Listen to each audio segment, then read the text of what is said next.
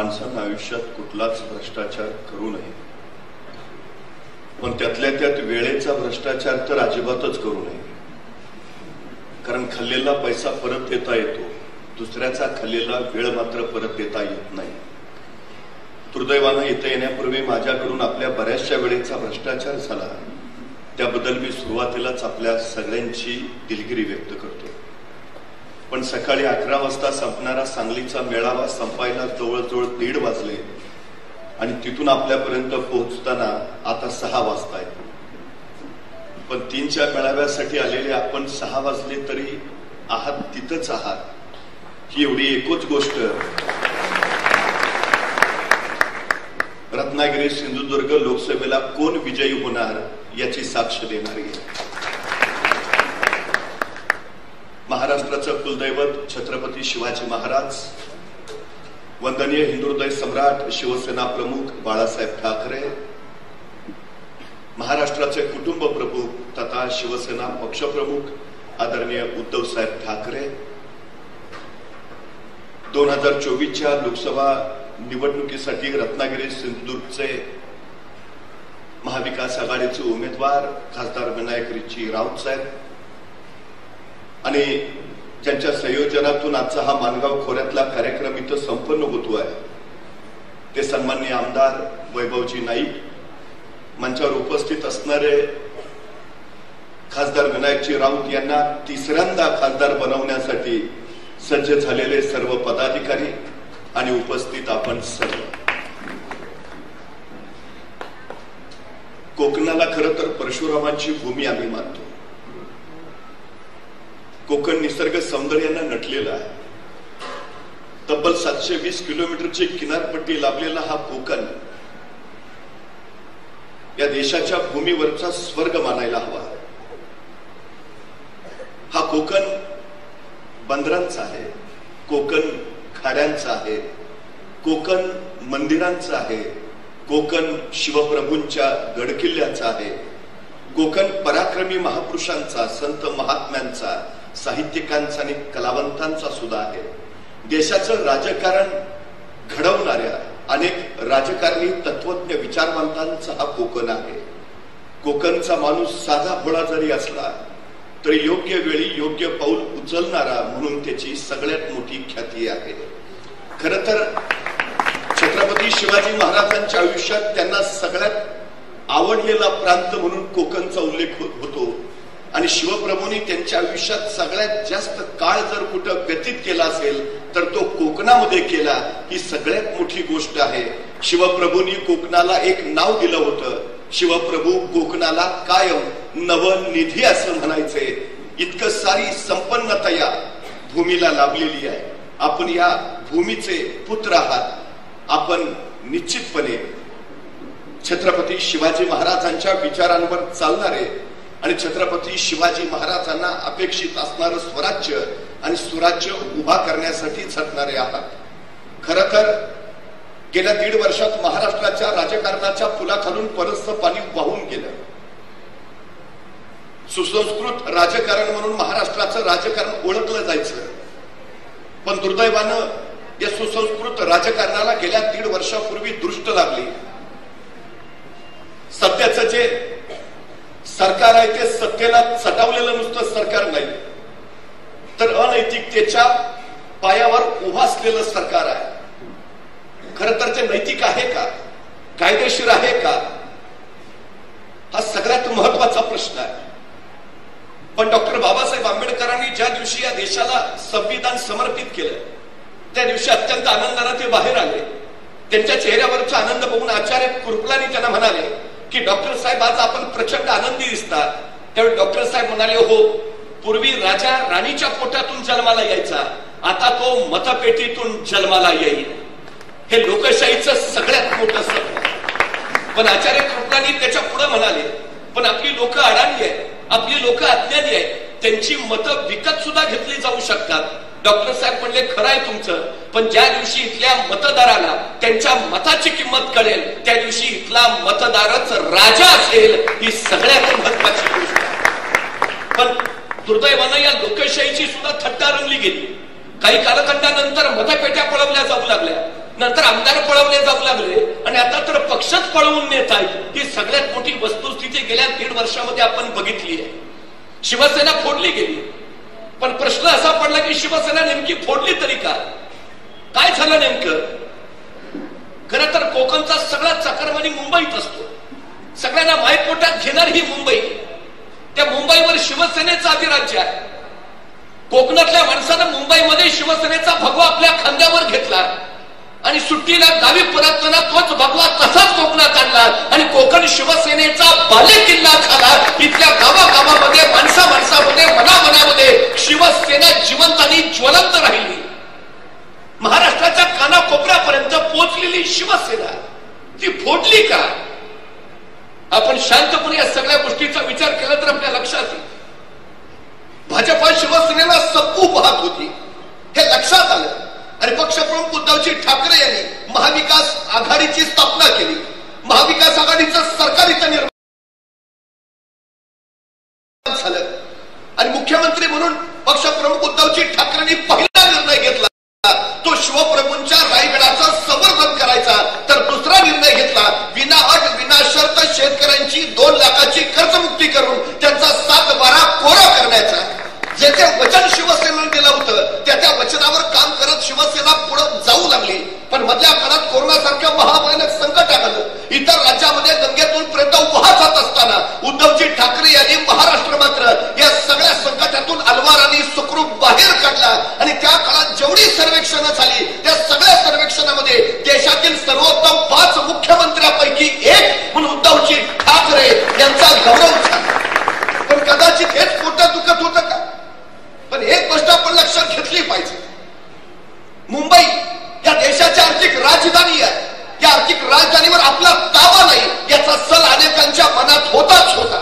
मुंबईला केंद्रशासित करायचं आणि मुंबई कब्जात घ्यायची असा डावही अनेक वर्ष आखला जात होता. पण या सगळ्यामध्ये अडथळा होती ती शिवसेना होती. जोपर्यंत शिवसेना संपवत नाही तोपर्यंत ही आर्थिक राजधानी आमच्या ताब्यात येणार नाही हा त्यांचा सगळ्यात मोठा होरा होता. त्यांना महाराष्ट्रातले उद्योग गुजरातला न्यायचे होते.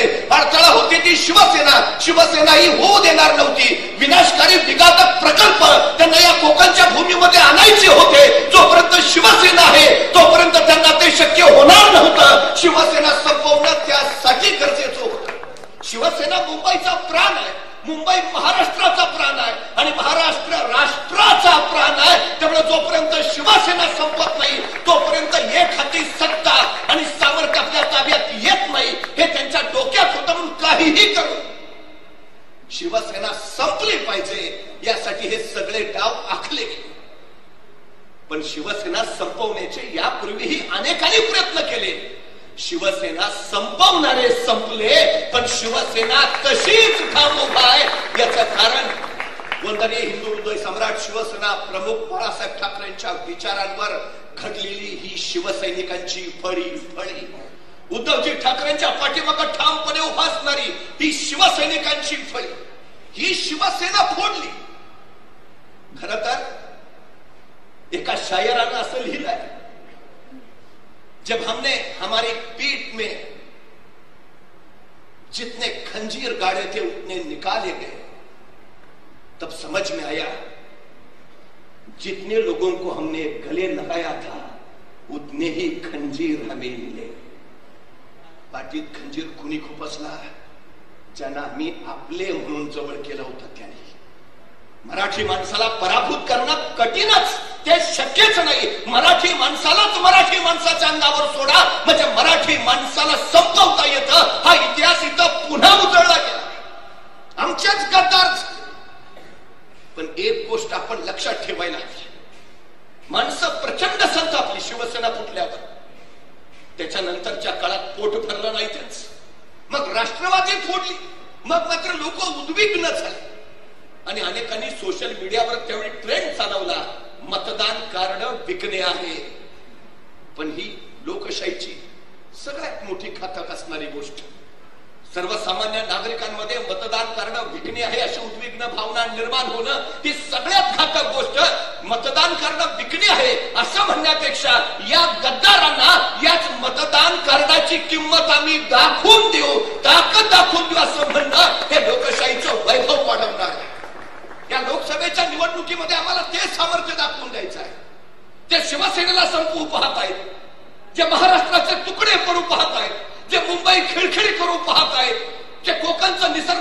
सगळे संपू पाहताय.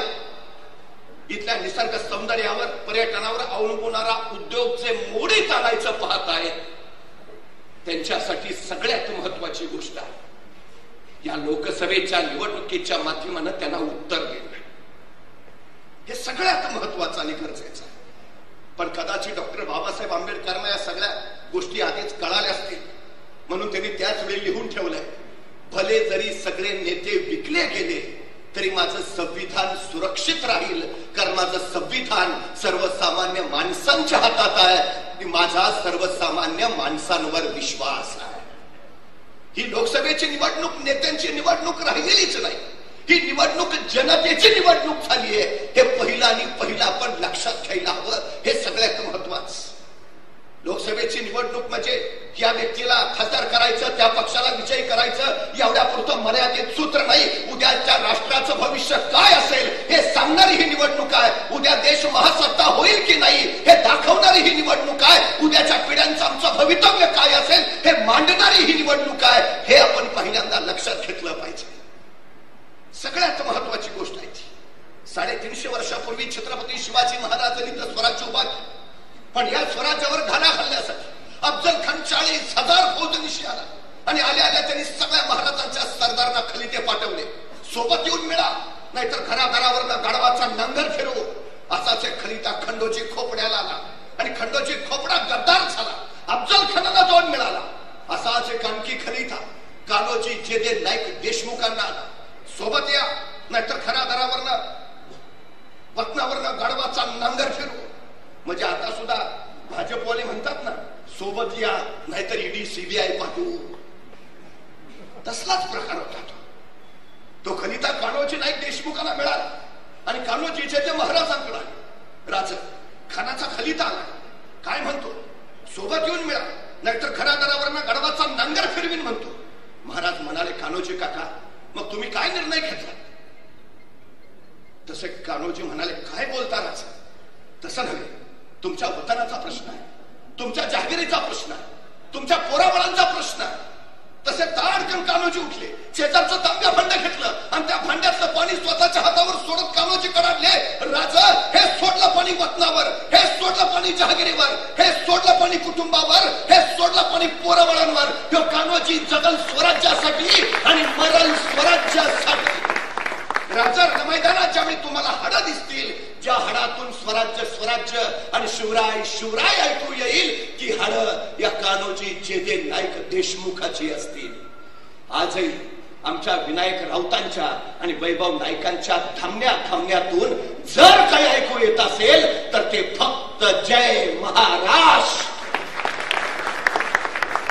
निष्ठा निष्ठा ती ही निष्ठा, निष्ठेच्या बळावर राज्य उभा राहतात आणि स्वार्थानं, फितुरीनं, गद्दारीनं राज्य कोसळतात. ही सगळ्यात महत्वाची गोष्ट आहे. ही लोकसभेची निवडणूक गद्दार विरुद्ध निष्ठावंत अशी लढाई आहे, हे पहिलं लक्षात ठेवा.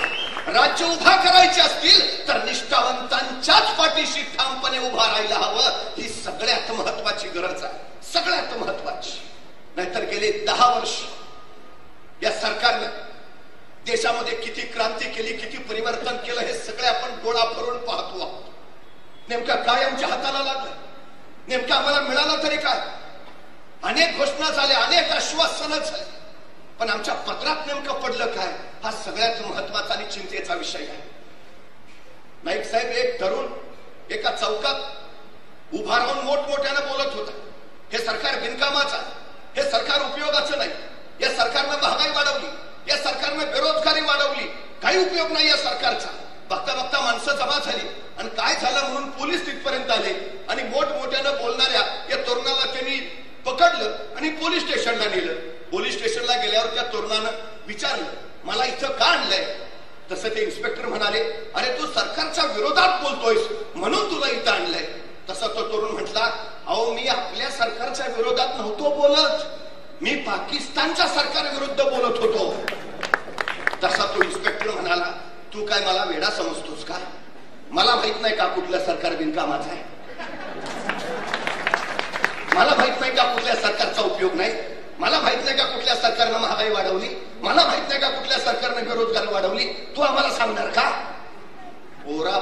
प्रशासनाच्या अधिकाऱ्यापर्यंत सगळ्यांना माहितीये गेल्या 10 वर्षात नेमकं काय झालंय, नेमकं काय चाललंय. कधीतरी आम्ही शांतपणे या सगळ्या गोष्टींचा विचार करायला हवा होता. आज परिस्थिती काय आहे, कुठला घटक समाधानी आहे, कुठला घटक सुखी आहे. आज भारताचं सरासरी वय 28 वर्ष आहे. म्हणजे देशाची निम्मी लोकसंख्या 28 वर्षाच्या आत आहे आणि निम्मी लोकसंख्या 28 वर्षाच्या वर आहे. 15 ते 18 या वयोगटामध्ये 10 कोटी मुलं आहेत. 15 वर्षाच्या आत 36 कोटी मुलं या देशात आहेत. म्हणजे 18 वर्षाच्या आत इथली लोकसंख्या 46 कोटी आहे. म्हणजे ही 46 कोटी मुलंच उद्या देशाचं भविष्य ठरवणार आहेत. ही 46 कोटी मुलंच उद्या आमच्या देशाची अर्थव्यवस्था बळकट करणार आहेत. ही 46 कोटी मुलंच उद्या आमच्या देशाला महासत्ता बनवणार आहेत. मग या 46 कोटी मुलांना योग्य ते शिक्षण मिळतं का, योग्य ते कौशल्य मिळतं का, यांना रोजगार उपलब्ध होतो का, हा सगळ्यात महत्वाचा विषय आहे. आज परिस्थिती काय आहे, महाराष्ट्रातल्या अनेक समाज सुधारकांनी शिक्षणाचं महत्व सांगितलं. विद्येविना मती गेली, मती विना नीती गेली, नीती विना गती गेली, गती विना वित्त गेले, वित्ताविना क्षुद्र खचले. आणि एवढे सगळे अनर्थ एका विद्येनं केले. महाराष्ट्रात शिक्षणाची गंगा प्रवाहित झाली. पण या सरकारने 20 पेक्षा कमी पटसंख्या असणाऱ्या शाळा बंद करायचा घातकी निर्णय घेतला. आता कोकणाची भौगोलिक रचना जर बघितली तर वाड्या वस्त्यांवरच्या शाळा जर बघितल्या तर इथल्या सगळ्या शाळा बंद कराव्या लागतील. मग आमच्या उद्याच्या पिढीच्या शिक्षणाचं काय, ते शिकणार कसं? 18 ते 45 हा वयोगट सगळ्यात कृतिशील वयोगट मानला जातो, सगळ्यात कार्यशील वयोगट समजला जातो, जो अत्यंत कृतिशील राहून देशाची अर्थव्यवस्था बळकट करतो. पण 18 ते 45 या वयोगटातली तब्बल 65% मुलं बेरोजगार आहेत, त्यांना नोकऱ्याच नाहीत.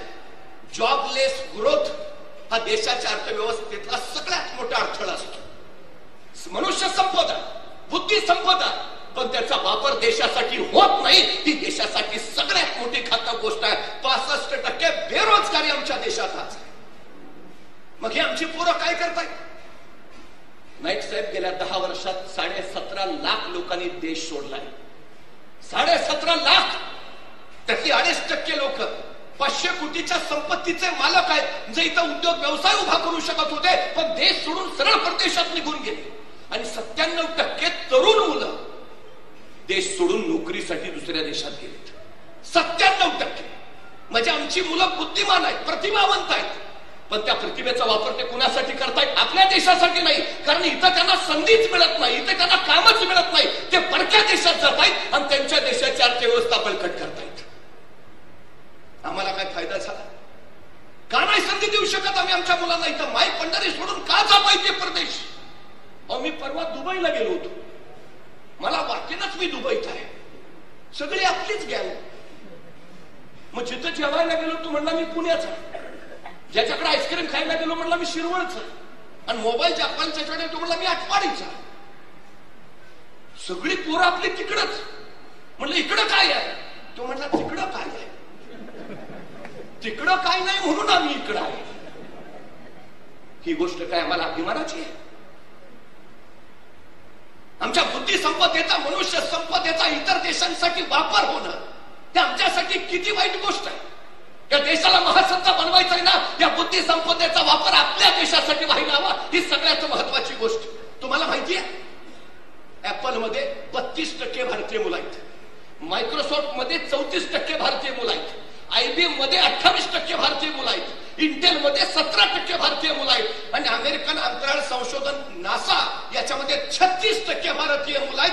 ही आमची मुलं त्या त्या देशाची अर्थव्यवस्था बळकट करतायत. आम्ही त्यांना इथं उद्योग उभा करून देऊ शकत नाही, आम्ही इथं त्यांना नोकरी देऊ शकत नाही, आम्ही इथं त्यांना रोजगार देऊ शकत नाही. तुमच्या कोकणामध्ये किती नवे उद्योग आले? लघु उद्योग, आंब्यावर प्रक्रिया करणारे उद्योग, काजूवर प्रक्रिया करणारे उद्योग, लघु उद्योग, मध्यम उद्योग. कुठे आहेत आमची मुलं? कधीतरी या सगळ्या गोष्टीचा आम्ही विचार करायला हवा, सगळ्या गोष्टीचा. 2036 साली हा देश वृद्धत्वाकडे वाटचाल करायला सुरुवात करेल.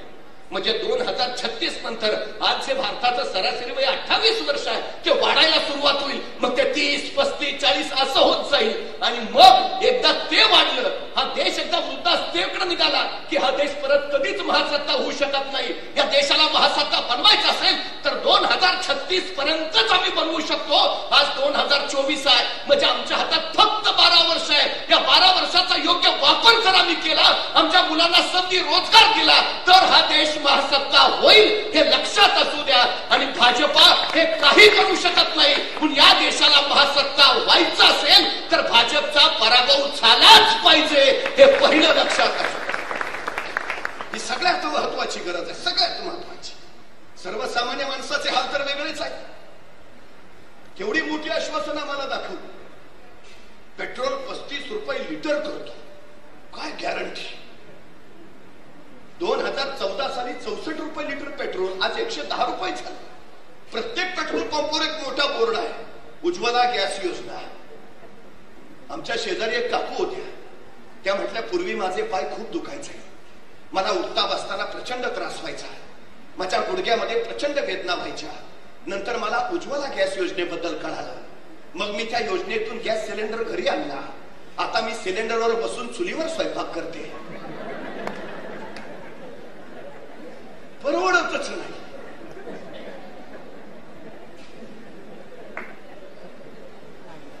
₹54 डिझेल होतं 2014ला, 96 रुपये झालं. शेतकऱ्यांसाठी लागणारं डीएपीचं पोतं 540 रुपयाला होतं 2014ला, आज 1650 रुपयाला गेलाय. काय आलं आमच्या हातात, काय मिळालं आम्हाला? तरी तर आम्ही या सगळ्या गोष्टींचा विचार शांतपणे केला पाहिजे. निवडणुका जवळ आली, साखरेचा दर वाढता कामा नये, साखरेवर निर्यात बंदी. महागाई वाढता कामा नये, कांद्यावर निर्यात बंदी. कोकणात भात जास्त होतो, तांदळावर सुद्धा निर्यात बंदी घातली यांनी. म्हणजे शेतकरी मोडीतच काढायचा. न्यूझीलंड वरनं 145 लाख टन दूध पावडर आयात केली आणि महाराष्ट्रातल्या देशातल्या शेतकऱ्यांच्या दुधाचे दर पाडले गेले. आज बिस्लेरीची बाटली जेवढ्याला मिळते ना, तेवढ्या लिटरनं सुद्धा आमचं दूध शेतकऱ्याचं घेतलं जात नाही, ही वस्तुस्थिती आहे. कुठल्या दिशेला निघालो आहे? आज महाराष्ट्रात रोज 10 ते 12 शेतकरी आत्महत्या करतात.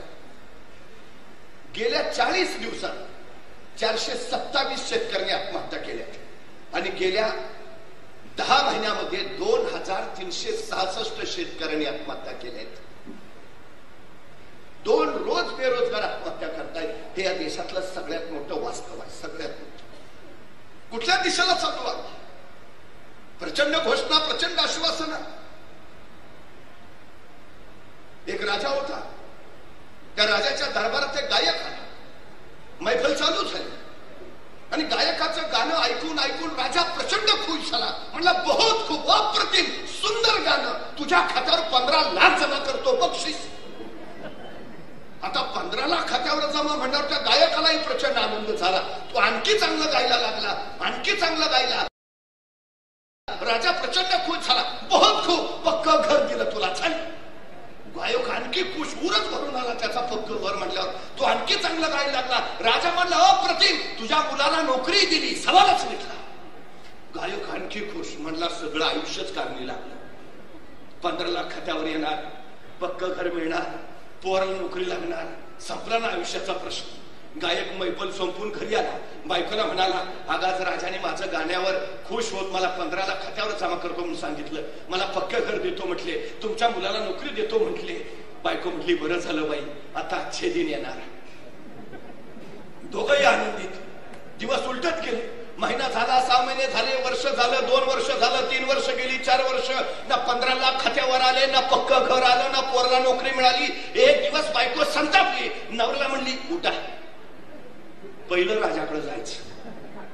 15 लाख खात्यावरचे, पक्क घर आणि पोरला नोकरी, सगळं घ्यायचं आणि मग घरात पाय ठेवायचा. आता काय पर्यायच नव्हता. गायक गेला राजाकडे. राजाला म्हटला, महाराज, 4 वर्षापूर्वी आपली गायनाची मैफल झालेली, माझं गाणं ऐकून तुम्ही प्रचंड खुश झाला. मग खुश होऊन तुम्ही 15 लाख खात्यावर जमा करतो म्हटला, मग पक्क घर देतो म्हटला, मग नोकरी देतो म्हटला. पण महाराज, 4 वर्ष झाली, अजून काही मिळालं नाही. तसा राजा म्हटला, हे बघ, तुझं गाणं ऐकलं की माझे कान खुश व्हायचे आणि माझं बक्षीस ऐकलं की तुझे कान खुश व्हायचे. या देण्या घेण्याचा विषय येतो कुठं?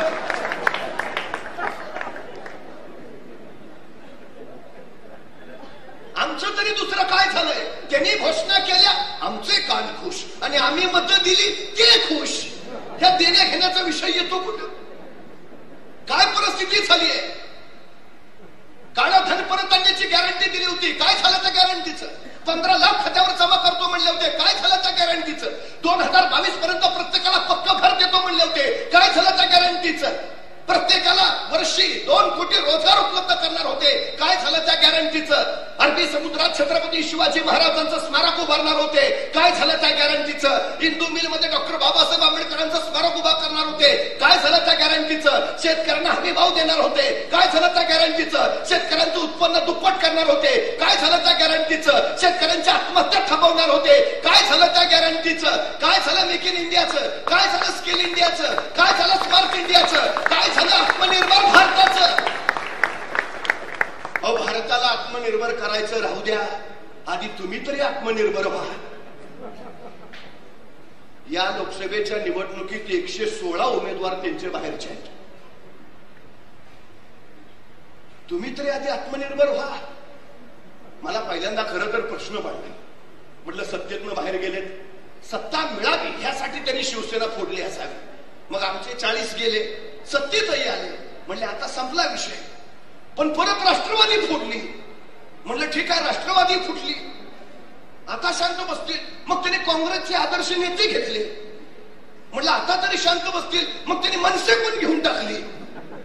म्हणलं प्रकार काय, हे काही विरोधात ठेवतायत का नाही? आणि मग लक्षात आलं, 1 नेशन 1 टॅक्स यासारखं त्यांना देशात 1 नेशन 1 पार्टी बनवायचं आहे.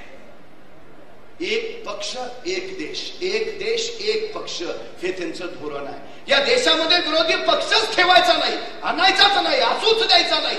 त्यांच्याकडे 2च पर्याय, जॉईन और जेल. काय करता? सगळ्यात मोठी गोष्ट विरोधी पक्षच नको, पण विरोधी पक्ष हे लोकशाहीचं सगळ्यात मोठं वैभव आहे.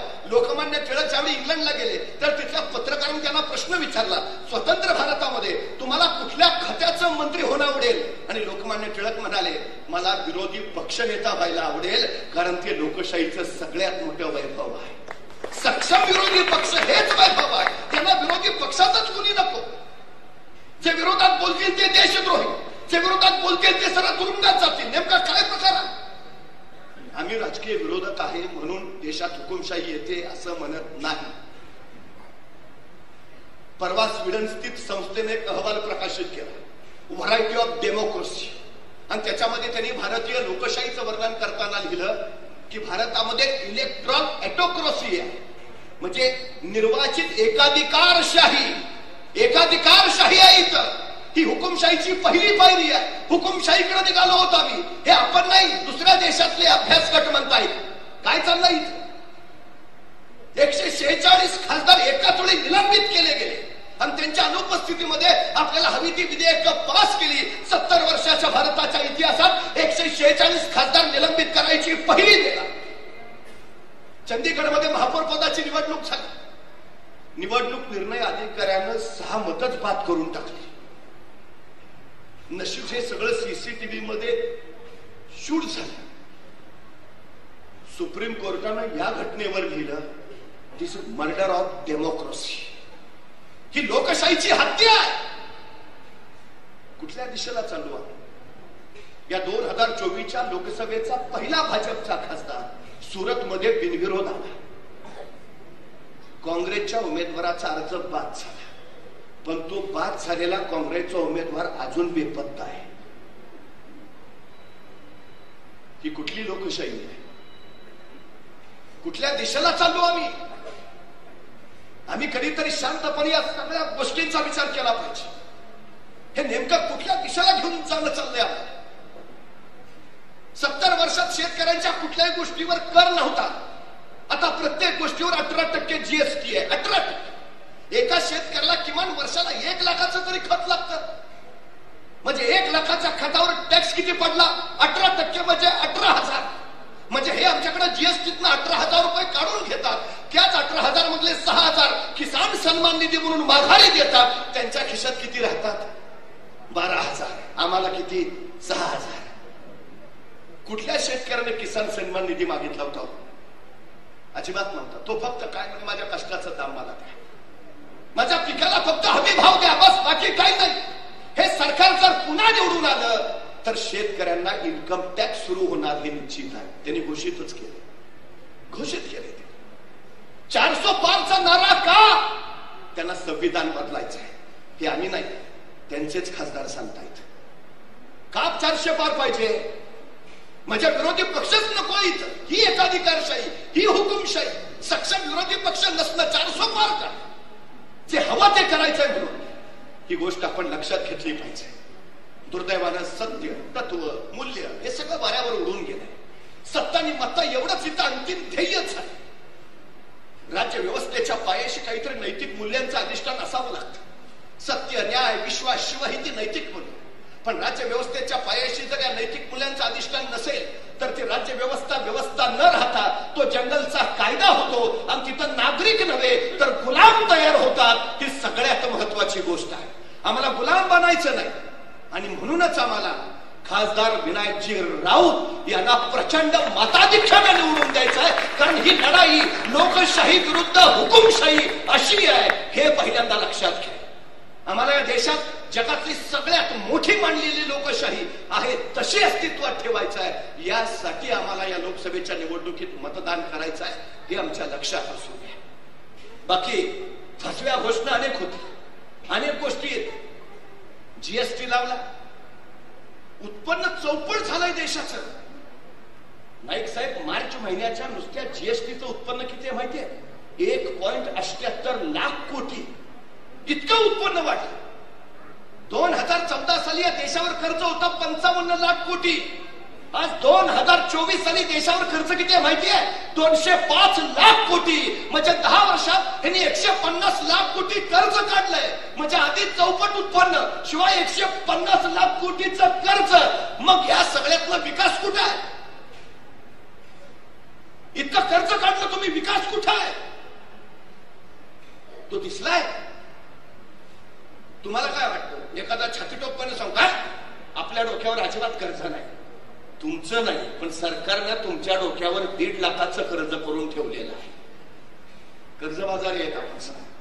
आंतरराष्ट्रीय नाणेनिधीनं धोक्याचा इशारा दिलाय. हे कर्ज जर असंच वाढत राहिलं तर ते जीडीपीच्या पुढे जाईल आणि देश दिवाळखोरीत येईल. हा आंतरराष्ट्रीय नाणेनिधीचा इशारा आहे. आम्ही लक्षात घेतला पाहिजे आम्ही कुठे निघालो आहोत, आम्ही काय करतो आहोत. सजग नागरिक असणं हे लोकशाहीचं सगळ्यात मोठं सामर्थ्य आहे. आम्हाला ते सामर्थ्य उभा करायला हवं. ही सगळ्यात महत्वाची गोष्ट आपण लक्षात ठेवा. विकास विकास विकास 2014ला जयघोष झाला, पण 2024च्या लोकसभेच्या निवडणुकीत विकास हा शब्दच ऐकू येईना झालाय. 10 वर्षात काय केलं ते सांगावं ना. कुणी बोलतच नाही. मग नेमकं झालं काय 10 वर्षात? एक खेडेगाव होतं. त्या खेडेगावात एक आई आणि तिला 2 मुलं. मुलाचं नाव विकास आणि मुलीचं नाव योजना. त्यांच्या गावात शाळा नव्हती. मग आईनं विकासला शेजारच्या गावातल्या शाळेत टाकलं. मुलींना शिकवायची पद्धतच नव्हती.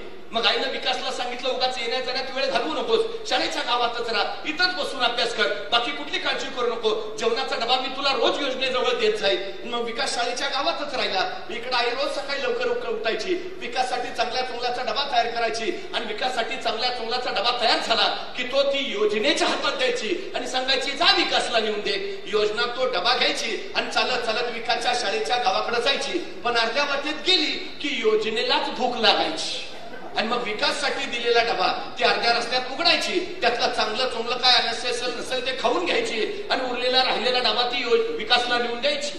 आईला वाटलं वर्षभर एवढं विकासला पण चांगलं चुंगलं खाऊ घातलंय, आता विकास कसा जाडजूड झालेला असला पाहिजे. पण वर्षाच्या शेवटी विकास घरी आला. विकास होता तेवढाच, योजना मात्र मधल्यामध्ये खाऊन फुगले. 10 वर्षात काही नाही झालं. इथं नुसती योजना फुगली. विकास आहे तेवढाच आहे हे पहिलं आपण लक्षात ठेवायला. सगळ्यात महत्वाची गोष्ट याने घोषणा दिल्या बेटी बचाव बेटी पढाव. त्या मणिपूरमध्ये 2 विवस्त्र महिलांची धिंड काढण्यात आली. का मणिपूर तुमच्या परिवारात येत नाही? मणिपूरची मुलगी तुमची बेटी असू शकत नाही? त्या महिला कुस्तीगिरांनी अनेक दिवस आंदोलन केलं, चिरडून टाकलं. का तो तुमचा परिवार नाही? 2021 4 लाख महिला गायब झाल्या देशातल्या. 90,113 मुली 18 वर्षाच्या आपल्या गायब झाल्या. कुठं गेल्या? त्या तुमच्या बेटी नव्हत्या? बेटी बचाव म्हणता ना तुम्ही. पहिली प्रवेश घेणाऱ्या मुलींची संख्या होती 1,03,00,000. त्यापैकी 12वीत किती पोहोचल्या? 20 लाख फक्त. म्हणजे पहिली ते 12वी या शिक्षण प्रवाहाच्या बाहेर मधल्यामध्ये किती बाहेर फेकल्या गेल्या? 83 लाख. 83 लाख मुली शिक्षणाच्या प्रवाहातच बाहेर. आणि तुम्ही सांगताय बेटी पढाओ. अहो, महाराष्ट्रात बिअरच्या विक्रीत घट झाली, ती कशी वाढवायची म्हणून यांनी अभ्यास गट नेमला. पण 83 लाख मुली शिक्षणाच्या प्रवाहातनं बाहेर पडल्या, त्यांना शिक्षण प्रवाहात कसं आणता येईल यासाठी मात्र कुठलाही अभ्यास गट नेमला गेला नाही. ही सगळ्यात मोठी वस्तुस्थिती आहे. कुठल्या दिशेला निघालो आम्ही? कुठल्या दिशेला आम्ही चाललो? इतिहास दुसऱ्यांदा संधी कधीच देत नाही असं म्हणतात, पण लोकसभा निवडणुकीच्या माध्यमाने आपल्याला ही संधी मिळाली. देशाचं सामर्थ्य राखायचं असेल, देशाच्या प्रत्येक नागरिकाला लोकशाहीचे सर्व अधिकार द्यायचे असतील तर आम्हाला मतदान करायलाच हवं. खरं तर नागपूरमध्ये 55% मतदान झालं आणि त्याच वेळी आदिवासी भागातल्या गडचिरोलीमध्ये 74% मतदान झालं. सुशिक्षित माणसं मतदानापासून लांब राहत आहेत. हे तुम्ही हुकुमशाहीला आमंत्रण देता. आपण मतदान करायला हवंच, पण मतदान करण्यासाठी प्रत्येक नागरिकाला बाहेर यायला हवं. त्याला मतदान केंद्रापर्यंत नेऊन त्याच्याकडून मतदान करून घ्यायला हवं, तर लोकशाहीचं सामर्थ्य टिकेल. हे पहिल्यांदा लक्षात असू द्या. आणि 350 वर्षापूर्वी छत्रपती शिवाजी महाराजांनी आम्हाला महाराष्ट्र धर्म सांगितला. राष्ट्राचं रक्षण करणं हा आमचा महाराष्ट्र धर्म. सगळ्या जाती धर्मांना सोबत घेऊन जाणं हा आमचा महाराष्ट्र धर्म. पण दुर्दैवानं आज दिशा वळवली जाते. पूर्वी शोध लागला, दगडावर दगड घासला की ठिणग्या उडतात, आणि मग अग्नीचा शोध लागला. आता नवा शोध लागलाय, जातीवर जात घासली, धर्मावर धर्म घासला की ठिणग्या उडतात, मग आग पेटते आणि त्या आगीवर आपल्या सत्तेची पोळी भाजून घेता येते. सावध राहिला. शिवप्रभूंनी सांगितलेला महाराष्ट्र धर्म घेऊन आम्हाला पुढे जायला हवं. 150 वर्ष इंग्रजांनी राज्य केलं, पण या हिंदुस्थानवर कब्जा मिळवताना इंग्रज असे नाही म्हटले आम्ही मोगलांकडनं हिंदुस्थान जिंकून घेतला. इंग्रज असं नाही म्हणले आम्ही गुजरातांकडनं हिंदुस्थान जिंकून घेतला. इंग्रज असं नाही म्हटले आम्ही तामिळींकडनं हिंदुस्थान जिंकून घेतला. इंग्रज असं म्हणाले आम्ही मराठ्यांकडनं म्हणजे महाराष्ट्राकडून हिंदुस्थान जिंकून घेतला. या हिंदुस्थानचं अखेरपर्यंत रक्षण करायची जबाबदारी महाराष्ट्राची आहे. आणि तोच शिवप्रभूंनी दिलेला आम्हाला महाराष्ट्र धर्म आहे. वंदनीय हिंदुहृदय सम्राट शिवसेना प्रमुख बाळासाहेब ठाकरेंनी शिवसेनेच्या माध्यमानं तोच महाराष्ट्र धर्म चेतवला, पेटवला. इथल्या मराठी माणसाला अस्मिता आणि स्वाभिमान दिला. आज पुन्हा एकदा राष्ट्राला याच महाराष्ट्राची गरज आहे. यांच्या हुकुमशाहीला सुरुंग महाराष्ट्रातूनच लागेल आणि तो शिवसेनाच लावेल हे लक्षात घ्या. सेनापती बापट असं म्हणाले होते, महाराष्ट्र मेला तर राष्ट्र मेले, मराठा विना राष्ट्र गाडानं चाले, खरा वीर वैरी पराधीनतेचा, महाराष्ट्र आधार या भारताचा. महाराष्ट्राचं महाराष्ट्र पण टिकवायला हवं, तर राष्ट्राचं बलाढ्य पण टिकेल. सध्या सगळ्यात महत्वाची जबाबदारी ही तुमच्या आमच्यावर आहे. आज जर आम्ही सावध नाही झालो, या लोकसभेला जर आम्ही योग्य निर्णय नाही घेतला, तर मात्र उद्याची पिढी आम्हाला विचारेल, देश लुटला जात होता तेव्हा तुम्ही काय करत होता? देश विकला जात होता तर तुम्ही काय करत होता? महाराष्ट्रातले उद्योग गुजरातला नेले जात होते, तुम्ही काय करत होता? मुंबई खिळखिळी केली जात होती, तुम्ही काय करत होता? कोकणातला निसर्ग संपवला जात होता, तुम्ही काय करत होता? लोकशाही हुकुमशाही परावर्तित होत होती, तुम्ही काय करत होता? संविधान बदललं जात होतं, तुम्ही काय करत होता? आम्हाला अभिमानानं सांगता यायला हवं, बाळा असं काहीही घडणार नाही, कारण आम्ही उद्धवजी ठाकरेंच्या खांद्याला खांदा लावून लढतो. आम्ही विनायकजी राऊत यांच्या खांद्याला खांदा लावून लढत होतो. आम्ही वैभवजी नाईक यांच्या खांद्याला खांदा लावून लढत होतो. ही जबाबदारी मी आमच्या शिरावर घेतली. हाच आमचा महाराष्ट्र धर्म. हा महाराष्ट्र धर्म चेतवूया, हा महाराष्ट्र धर्म वाढवूया. राष्ट्रावरचे संकट घोंगावत आहे. लोकसभेच्या निवडणुकीमध्ये विनायकजी राऊत यांच्या मशाल चिन्हावरचं बटन दाबून या देशातलं सामर्थ्य समर्थपणा संवर्धित करूया. खरं तर रावणानं नैतिक मूल्य पायदळी तुडवली म्हणून प्रभू श्री रामचंद्र लंकेला निघाले. त्यावेळी रामसेतू उभारताना इंग्लिशी खारुताई सुद्धा प्रभू श्री रामचंद्रांच्या सोबत आली. जीव जगत परमेश्वराचा सिद्धांत सांगत पशु पक्षी प्राणी मनुष्यांसोबत रामसेतू बांधण्यासाठी कामाला लागले. आपण कोण आहोत हे महत्वाचं नाही, आपण काय करतो आहोत हे महत्वाचं आहे. हे सगळे प्रभू श्री रामचंद्रांच्या सोबत राहिले, कारण श्री रामचंद्रांची भूमिका सत्याची होती, त्यांची बाजू सत्याची होती. आजही शिवसेना सत्यासाठी लढते आहे. आपण लोकशाही वाचवण्यासाठी लोकसेतू उभारायची गरज आहे. आपलं खरोता एवढं का सेना, पण मतदान रूपी योगदान आपण द्यायलाच हवं. ती सगळ्यात महत्वाची गरज आहे. शिवसेनेचं वैभव तेव्हा वाढेल, वैभव नाईकांच्या कार्यकर्तृत्वाचा सगळा आलेख तर तुमच्या समोर आहेच. मी नव्यानं काही सांगायची गरज नाही, पण अशा निष्ठावंत लढवायांची फौज महाराष्ट्राच्या पाठीशी ठामपणे उभा आहे. त्यामुळे महाराष्ट्र पण अभेद्य राहील हे निश्चित. पुन्हा एकदा आपल्या सगळ्यांना विनंती करतो. खर तर खासदार विनायकजी राऊत विजयी होणारच आहेत. प्रश्न किती मताधिक्यानं एवढा फक्त विषय आहे. मला खात्री आहे देशात सर्वाधिक मतांना आपण त्यांना विजयी करा.